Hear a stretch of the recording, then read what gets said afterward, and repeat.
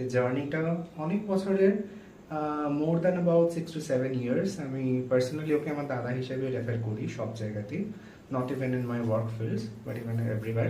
তো আমার পার্সোনালি একটা মানুষ যেটা হয় নিজের ওর আর্ট লাইফটা, ওর আর্টের জার্নিটা আমি দেখেছি পুরোটা, how he became from a photographer to a makeup artist not eventually a কলকা artist.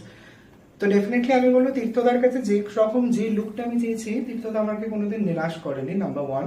And number two is মানে প্রত্যেকটা খুঁটিনাটি বিষয় তীর্থদা is very punctual about the desires of the clients, which is the biggest plus point about সুতীর্থ's photography. So definitely আমার খুবই ভালো লেগেছে। ফার্স্ট টাইম আমি এরকম একটা বোল্ড লুকে এলাম কোনো শাদির মেকওভারে। ইউজুয়ালি আমি শাড়ি পরেছি, lehenga this my first time I am trying lehenga.